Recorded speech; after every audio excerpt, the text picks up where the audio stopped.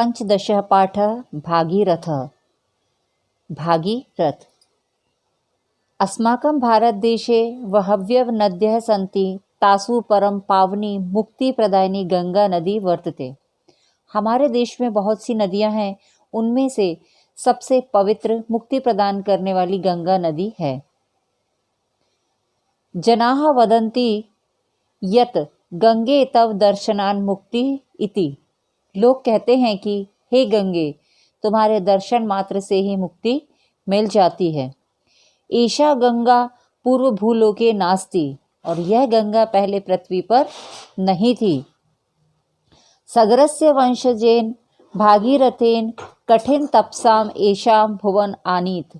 सगर वंश के भागीरथ की कठिन तपस्या से ही यह पृथ्वी पर लाई गई है। एषा कथम किमर्थम च भूलोके आनीता इति पाठे अस्मिन् प्रस्तुते। और यह कैसे और किस लिए पृथ्वी पर लाई गई है, यह इस पाठ में प्रस्तुत किया जा रहा है। सूर्यवंशज राजा सगर आसीत। सूर्यवंश के राजा सगर थे। सह एकदा अश्वमेघ यज्ञान कृतवान, और उन्होंने एक बार अश्वमेघ यज्ञ किया। यज्ञस्य अन्ते याज्ञस्य अश्वः यत्र तत्र संचारणं कृतवान, और यज्ञ के अंत में यज्ञ का जो घोड़ा था वह जहाँ तहाँ घूमने लगा। अश्वमेघं कृत्वा सगरः स्वयमेव इंद्रः भविष्यति इति देवेंद्रस्य असूया आसीत।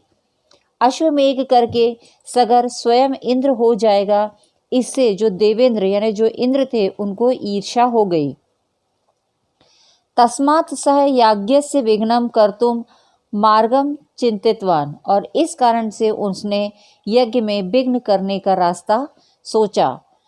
ततः अश्वम गृहीत्वा पाताल लोके कपिल मुने पुरतः स्थापितवान, और इसलिए इस कारण से जो इंद्र था उसने यज्ञ में विघ्न करने के लिए सोचा। इंद्र ने जो यज्ञ का जो घोड़ा था उसको लेकर के पाताल लोक में कपिल मुनि के सामने खड़ा कर दिया। तदा मुनि तपः कुर्वन् ध्याने आसीत, और उस समय जो मुनि थे वह तपस्या करने में लगे हुए थे, मतलब उनका तपस्या में वो ध्यानरत थे। अतः सह किमपि न ज्ञातवान, और इसलिए उन्होंने कुछ भी नहीं जाना। मतलब इंद्र ने जो घोड़ा लाकर खड़ा कर दिया था इसके विषय में कपिल को कुछ भी नहीं मालूम था। सगरस्य षष्टि सहस्त्रपुत्राः अश्वम अन्वेष्टुम सर्वत्र गंतवः, और सगर के जो 60,000 पुत्र थे उन्होंने घोड़े को खोजने के लिए वह सभी जगह गए। अन्ते ते पातालम गंतवन्तः, और अंत में वह पाताल गए। तत्र मुने पुरतः ते अश्वम दृष्टवन्तः, और वहाँ मुनि के सामने उन्होंने घोड़े को देखा। मुनि एव चोरः इति चिंतयित्वा ते तम निंदितवन्तः, और मुनि को ही चोर है ऐसा कहकर उन्होंने उस मुनि की निंदा की। कुपितः मुनि तान सगर पुत्रान क्रोधित अग्निना दिग्धवान, और कुपित मुनि ने उन सगर के पुत्रों को क्रोध की अग्नि से जला दिया। ते भस्म रूपेण तत्र पाताल लोके स्थितवन्तः, और वे भस्म के रूप में वहाँ पाताल लोक में स्थित हो गए। एतेषां मुक्ति कथम भवेत, और फिर इस प्रकार उनकी मुक्ति नहीं हुई। पूर्व जनानां मुक्ति वंशज प्रयत्ने एव संभाव्यते इति शास्त्रम, और इनकी मुक्ति कैसे हो, पूर्वजों की मुक्ति वंशजों के प्रयत्नों से ही संभव होती है, ऐसा शास्त्रों का मत है। सगरस्य वंशे भागीरथस्य जन्मम अभवत्, और सगर के ही वंश में भागीरथ का जन्म हुआ। सह स्वपूर्वजनान् स्वर्गम नेतुम निश्चितवान, और उसने अपने पूर्वजों को स्वर्ग ले जाने का निश्चय किया। यदा गंगायाः जलम भस्मं स्वप्रक्ष्यति तदा एव सगर पुत्राणां पापस्य नाशः अपि भविष्यति इति भागीरथस्य निश्चय। और जब गंगा का जल भस्म को स्पर्श करेगा तब ही सगर के जो पुत्र हैं उनके पापों का नाश भी हो जाएगा, ऐसा भागीरथ का निश्चय था। तस्मिन् काले भूलोके गंगा न आसीत, और उस समय पृथ्वी पर गंगा नहीं थी। आकाश मार्गे तस्याः प्रभावं सौणुं भूमि शक्ता न आसीत, और आकाश के रास्ते में उसके बहाव को सहन करने के लिए भूमि सक्षम नहीं थी, कि आकाश से अगर गंगा पृथ्वी पर आएगी तो उसका जो वेग होएगा उसको सहन करने की क्षमता भूमि पर नहीं थी। ताम प्रथमतः गृहीतुम परमेश्वरम एव शक्तः आसीत्, और उस गंगा को सबसे पहले लेने में परमेश्वर ही सक्षम थे। तस्मात् ईश्वरम ध्यायत्वा भागीरथः तपः कृतवान, और इस कारण से ईश्वर का ध्यान करके भागीरथ ने तपस्या की। सहस्त्र वर्षांतरम एव ईश्वर आकाश गंगा स्वजटाशु ग्रहीतुम अंगीकृतवान, और हजारों वर्षों के बाद ही ईश्वर ने आकाश गंगा को अपनी जटाओं में लेने के लिए स्वीकृति प्रदान की। एव सा नदी ईश्वरस्य जटाशु प्रथम पतितवती, और इस प्रकार वह नदी जो है वो ईश्वर की जटाओं में सबसे पहले गिरी। आकाश गंगा तदा गर्विता आसीत, और आकाश की जो गंगा थी उस नदी का उस समय घमंड से युक्त थी, कि कथम एषः ईश्वरः मां धारितुम शक्तः है, कि कैसे यह ईश्वर मुझे धारण करने में सक्षम होंगे।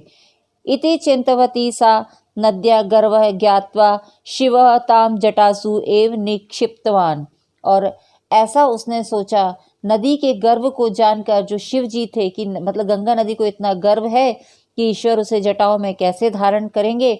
जब शिव जी ने इसको जाना तो उन्होंने उसको जटाओं में ही छिपा लिया, मतलब जटा नदी का जो एक भी बूंद उनकी जटाओं से बाहर नहीं निकला। अतः नद्या एह जल बिंदु बहिर्भूमि नोपतितः, और इस प्रकार जो नदी की एक भी बूंद है वो पृथ्वी पर बाहर नहीं गिरी। भागीरथः दुखितः अभवत्, भागीरथ दुखी हुए। सह पुनः तप कृतवान, और उन्होंने फिर से तपस्या की। शिवः तस्य पुरतः प्रत्यक्ष अभवत्, और शिव ने उन्हें सामने से मतलब उनके सामने प्रत्यक्ष प्रकट हुए। हे ईशा, हे भगवान, नदी भूमो विसर्जतु, कि आप जो है वो नदी को भूमि पर भेजो। इति भागीरथ प्रार्थितवान, और ऐसी भागीरथ ने प्रार्थना की। ताम प्रार्थनान अंगीकृत्य शिवः नद्याः जलम भूमो विसृष्टवान, और उस प्रार्थना को स्वीकार करके शिव ने नदी का जल भूमि पर भेज दिया। भागीरथः नदीम भूमितः पातालम नीतवान, और भागीरथ ने नदी को भूमि से पाताल ले गया। पाताले प्रवहंती गंगा सगरपुत्राणाम भस्मानि स्पृष्टवती, और जो पाताल से बहती हुई गंगा ने सगर के पुत्रों की भस्म को स्पर्श किया। सगर पुत्राः स्वर्गलोकम गंतवन्तः, और सगर के जो पुत्र थे वह स्वर्गलोक को चले गए। इत्यं भागीरथस्य प्रयत्नाः अपूर्वाः, इस प्रकार जो है भागीरथ के प्रयास से अपूर्व है, मतलब इस प्रकार भागीरथ ने बहुत ही प्रयास किया। सह गंगा भूमो आनीतवान, और वह गंगा को भूमि पर लेकर आए। अनेन कारणेन एव तस्या नद्याः भागीरथः इति अन्यत् नाम अस्ति, इसी कारण से ही गंगा का जो दूसरा यानी पर्यायवाची नाम, जो पर्याय नाम है वह भागीरथी, ऐसा उनका दूसरा नाम पड़ा। प्रयत्ने विषय उत्युक्च, इस प्रकार उस प्रयास के विषय में कहा गया है। प्रारब्धते न खलु विघ्न भयेन नीचे, मतलब जो नीच व्यक्ति होते हैं वो विघ्न के भय से, यानी किसी भी काम में विघ्न बाधा पड़ेगी इस भय से वह किसी भी काम को प्रारंभ नहीं करते हैं। प्रारभ्य विघ्न विहिता विरमति मध्याः, और जो मध्य श्रेणी के लोग होते हैं वह किसी भी काम को प्रारंभ करते तो हैं, लेकिन विघ्न पड़ने पर उस पर विचलित होकर उस कार्य को बीच में ही छोड़ देते हैं। विघ्ने पुनः पुनरपि प्रतिहन्त्यमानाः, और किंतु जो श्रेष्ठ गुण वाले व्यक्ति होते हैं वह कार्य को प्रारंभ कर देते हैं और बार बार विघ्न आने पर भी उस काम को पूरा करते हैं।